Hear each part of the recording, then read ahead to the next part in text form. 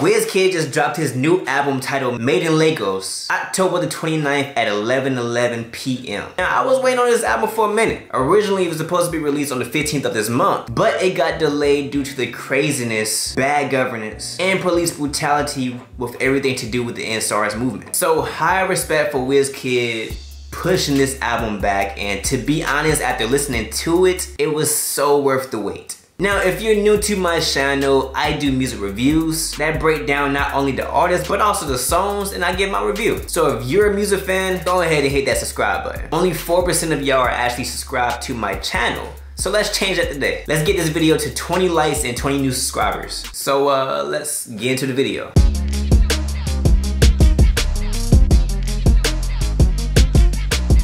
Who is Wizkid? Wizkid is a 30-year-old singer and songwriter from Lagos, Nigeria. His genres include afrobeats, reggae, dancehall, hip-hop, and pop. And fun fact, he actually began recording music at an early age of 11 years old. And he started making music in a collaborative group called The Glorious Five, which is formed with him alongside of a couple of church friends. Now, at this time, his stage name was known to be Little Prince, which eventually changed in 2006. Fast forward to 2009, he signed a record deal with Empire Mace Entertainment. And he rose on the scene with songs like Holla at Your Boy, Tease Me Bad Guys, Don't Duel, Love My Baby, Hakurumo, and Alua Lo Ni. Yeah, I'm sorry I butchered that name. All from his debut album Superstar, that released in 2011. Now the success of that album includes it being the album of the year in the 2012 Nigeria Entertainment Awards. But that only jump-started his way to fame. Later that year in 2012, he was able to tour in London and had opportunities of performing at various locations including the BBC Radio Extra Live 2 Academy in Brixton alongside artists like Trey Songz and one of my favorite, Kendrick Lamar. He released his second album, Ayo, which featured artists like Akon, Tyga, and Wale. And that, alongside his many performances, led him to being one of the first Nigerian artists to have 1 million followers on Twitter. In 2016, he gained international recognition collaborating with Drake on One Dance, which was a hit song, and it reached #1 in 15 different countries, including the US, the UK, Canada, as well as Australia, and more. That success led to a multi-album record deal with RCA, that following that H.E.R. Now, you thought that his record-breaking ended? No, it actually continued. In 2018, he was the first Afrobeats artist to appear in the Guinness World Records. And here we are now with Made in Lagos, his 4th studio album and the first Wizkid album that I actually personally listened to. Segue, let's get into the album. The track lists are as followed.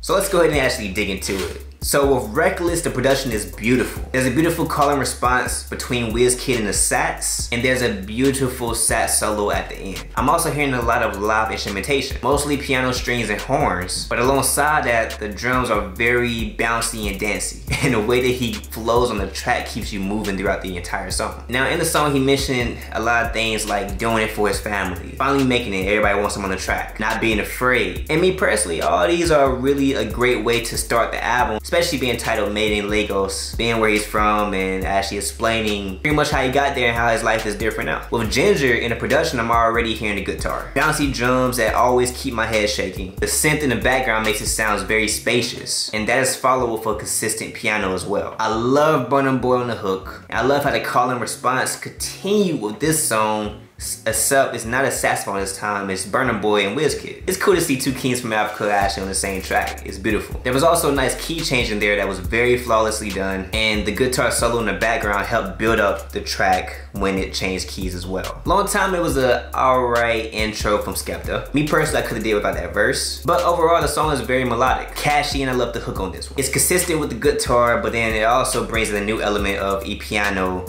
with the production as well. Mighty One brings back the hard-hitting dancey drums with a catchy bass line. The sax comes back in with this track and it makes the entire track pretty much stands out. I ain't gonna lie, look, whoever that's playing the sax in this album is amazing. And you can tell it's the same player because it's very similar in tone, and I enjoy it. Blessed has that beautiful sax solo at the beginning, which I enjoyed surely. And I love the message of the song. It makes you feel more blessed and grateful to be where you are in life. One thing I also liked about the song, it transitioned to a more reggae style. So the first couple of tracks were Afrobeat, but then this track actually gave it that reggae feel, which also continued with Smile. Smile is very well written. I Do Anything for My Love, and I mean, H.E.R sounds amazing. This track was actually released before the album, but I actually haven't heard it until me listening to this project. To be honest, I wouldn't mind if this track just had H.E.R. I feel like H.E.R sounds very great with a reggae beat behind her. So H.E.R, I mean, do you want to release a reggae album? Yes? No? Okay, but you know,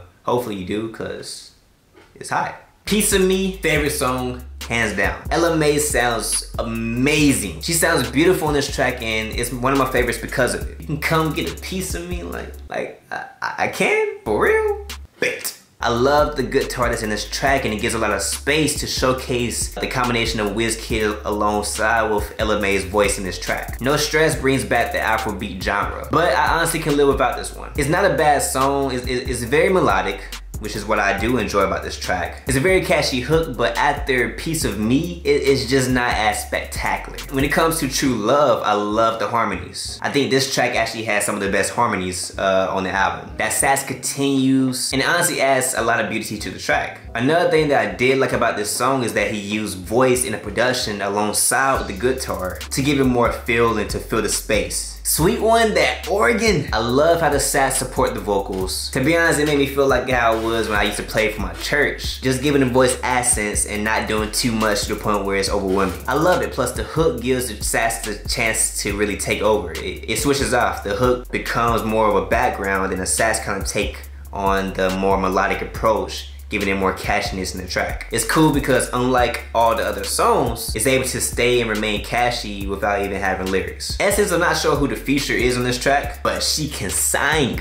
Okay, Tim's is the feature. And there's also a video for it if y'all like this song too. And the last three songs, Roma, Gyrate, and Grace, they were okay. I thought Grace was a great way to end the album, not only because of the message, but also because I truly enjoyed the singing. Me personally, him alongside a female vocalist is a beautiful thing. But overall, I truly enjoyed the project. I personally loved how there was a mix of Afrobeat alongside reggae in the album. But me personally, I do feel as though I wish there was more reggae rather than the Afrobeat, just because I feel like I really truly enjoyed reggae. But on top of that, from a production standpoint, I thought it was amazing. And I think it's amazing because it had no samples and it was 100% live instrumentation. I heard a lot of guitar, I heard a lot of saxophone, I'm hearing a lot of piano, e-piano, strings. These different elements just really showcases the talent of the producers itself. Now my favorite track on this album was definitely Piece of Me. Me personally, Ella Mai had the best feature. Now my least favorite track was definitely No Stress, but there really wasn't a bad song on this album. Now I did personally think that the album was a little bit too long. I mean, 52 minutes, 14 tracks. Me personally, a lot of the songs were very similar in style, especially when it came to production. So if it was up to me, I would definitely keep 9 to 10 of the tracks and reducing the total time to about 32 to 35 minutes instead of that 52 number. Oftentimes for me, when it got to like the later tracks, it felt as though, alright, it's very similar and I kind of got tired of listening to it. Now, me personally, I would definitely listen to this album and I think that you should listen to it too. So here are my ratings. Now for production, I gave it an 8. I truly enjoyed it, but I gave it an 8 because there were a lot of similarities throughout the productions. But it would have been a 10 if some of the drum progressions were a little bit more unique. Vocalism, I gave it a 9. I really enjoyed Wizkid's voice and I thought that the features was flawless. Especially her, especially Burna Boys, and especially Ella Mai. 100%. I thought it was amazing. I thought the features was flawless. When it came to songwriting, I gave it an 8. I thought that the songwriting was very great. I thought that the songwriting gave it a perfect balance when it came to a song that's perfect for dancing. I thought that every song you could dance to, you can move to, but you could also relate to and also feel good after listening to it. Now when it came to overall feel, I gave it a 9. I did enjoy the feel of this album. I thought that I can dance to almost every single song. I would enjoy playing alongside with the song on my sax. And I thought that the feel from just the live instrumentation and the production itself I just thought that really had a great effect on me. I definitely added a good amount to my playlist. Okay, so all together, if you add up all the scores, you get an 8.5 for the final rating of the album. Definitely enjoyed this project. You should listen to it too, and that's pretty much it. Thank y'all for watching this video. Let me know in the comment section what y'all thought about the album. Let me know y'all ratings. And if you really enjoyed this video, definitely leave a thumbs up, like this video, comment, share, and subscribe to the channel. Again, let's get this video to 20 likes and 20 new subscribers. If you want me to review your music, definitely send me a DM on Instagram or email me at WatchStevieTV. And if you're a subscriber and you want me to review something else, definitely comment below what you want me to review and I get to that as well. But just remember, your only limitations are those in your own mind. And Stevie TV out.